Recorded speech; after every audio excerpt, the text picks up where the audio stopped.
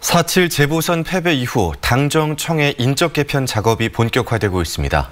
더불어민주당의 신임 원내대표로 윤호중 의원이 당선됐고 국무총리와 함께 5개 부처 장관과 청와대 일부 비서진 교체가 단행됐습니다. 향후 전국과 문재인 정부의 국정 방향에 대해 정준호 변호사와 이야기 나눠보도록 하겠습니다. 안녕하십니까? 네, 안녕하십니까.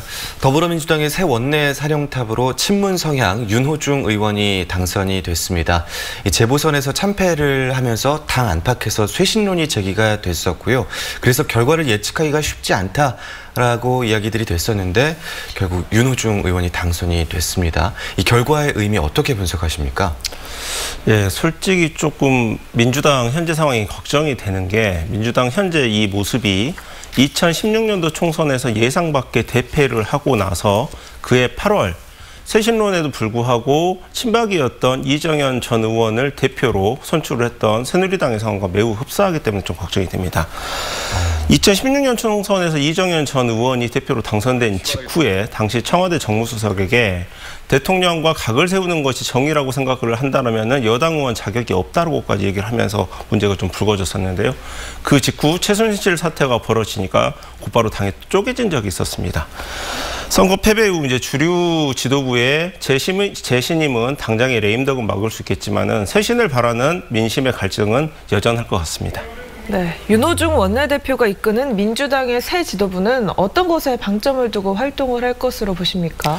예, 윤호중 신임 원내대표가 취임 일성으로 내뱉은 단어가 중단 없는 개혁이었습니다. 윤호중 원내대표는 잘 아시다시피 현재 이제 법사위원장을 역임을 하다가 원내대표가 이제 선출이 되었는데요. 그만큼 본인 스스로 검찰 개혁에 있어서는 전문가라고 자부할 가능성이 높습니다. 원내대표의 임기가 사실상 당 내에서 대권 주자가 선출되는 몇 달밖에 남지 않았다라고 생각을 하면 몇 달 동안 검찰 개혁에 주로 열중을 할 것으로 보입니다. 네, 이 윤 원내대표가 당선이 됨에 따라 그 법사위원장 자리가 공석이 되지 않았습니까?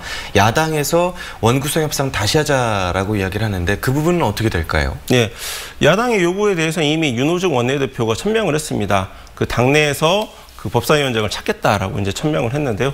다만 대야 관계를 의식을 했는지 수석 원내 부대표에 청와대 정무수석을 지냈던 한병더 의원을 이제 선임을 해가지고 대야 관계를 좀 신경을 쓰는 모습을 연출을 했는데요. 한 가지 재미있는 것은 이르면 26일 국민의힘 새로운 원내대표가 선출이 되게 됐는데 이와 관련해서 새 국민의힘 원내대표가 존재감을 부각하려고 강경 노선을 벌일 것으로 보입니다. 그런데 원외에 있는 윤석열 전 총장이 법사위와 관련해서는 본인 영역이라고 생각을 해서 훈수를 둘 수도 있겠는데요. 새로운 국민의힘 원내대표 윤석열 총장의 훈수가 더 신경 쓸 수 있을 것 같은데 재밌는 상황이 연출될 수도 있을 것 같습니다. 네, 다음 달 2일에는 더불어민주당 전당대회가 열리죠. 이번 선거 결과가 영향을 미칠 것으로 보십니까? 네. 2등을 했던 박완주 의원이 60표 넘는 득표를 했는데요. 예상 외의 선전이라는 평가가 있었습니다. 다만 현재 송영길, 홍영표, 우원식 이 세 당권 주자는 모두 이제 친문 색깔이 좀 강하기 때문에 박완주 의원만큼의 비문 색깔을 띠지는 않습니다. 개인적으로는 김혜영 전 의원처럼 부산에 있는 소신파 의원들 이런 분들 한두 분이라도 그 당권 주자로 나서길 바랬는데 선택지가 없기 때문에 과연 직접적인 영향이 있을지 의문입니다. 네, 원내대표가 선출되는 날 이 청와대 또 정부의 개각 인선이 발표가 됐습니다. 이번 결과에 따라 남은 1년 문재인 정부의 향방이 어떻게 될까요? 네.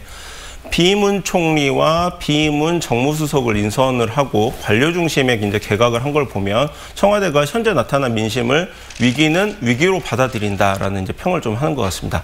다만 법무비서관을 교체하는 반면에 좀 논란이 되고 있는 이광철 그 비서관은 유임을 시켰는데요. 이 부분과 관련해서 야권의 공세가 지속될 거기 때문에 이 부분은 한번 좀 지켜봐야 될 것 같습니다. 네, 지금까지 정준호 변호사와 함께 재보선 선거 이후 인적 개편과 향후 전국에 대해서 이야기 나눠봤습니다. 고맙습니다. 고맙습니다. 감사합니다.